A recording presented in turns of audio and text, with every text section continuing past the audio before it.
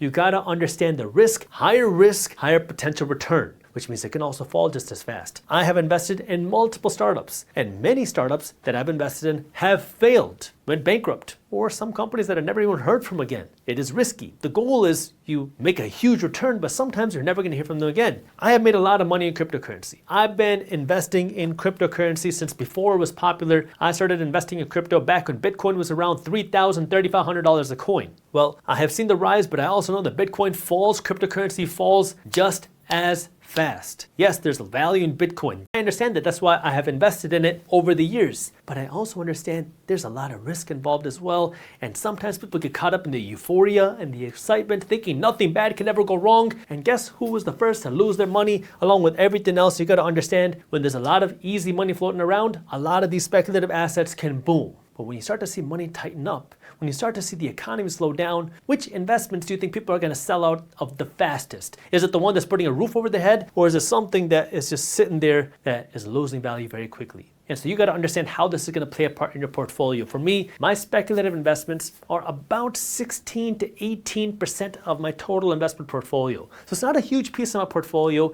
and I didn't start putting much money into my speculative investments until I had established the hard assets and my paper assets, my real estate and my stocks. Those were the things I put most of my emphasis in, and as I started to build more wealth there, then I started investing a little bit of money into speculative assets. But you got to understand how it plays a part in your portfolio. If you're just getting started, maybe 10% of your portfolio in speculative assets, maybe 12%. But as you start to build more wealth, then you can consider putting more money into these, but just understand the risk.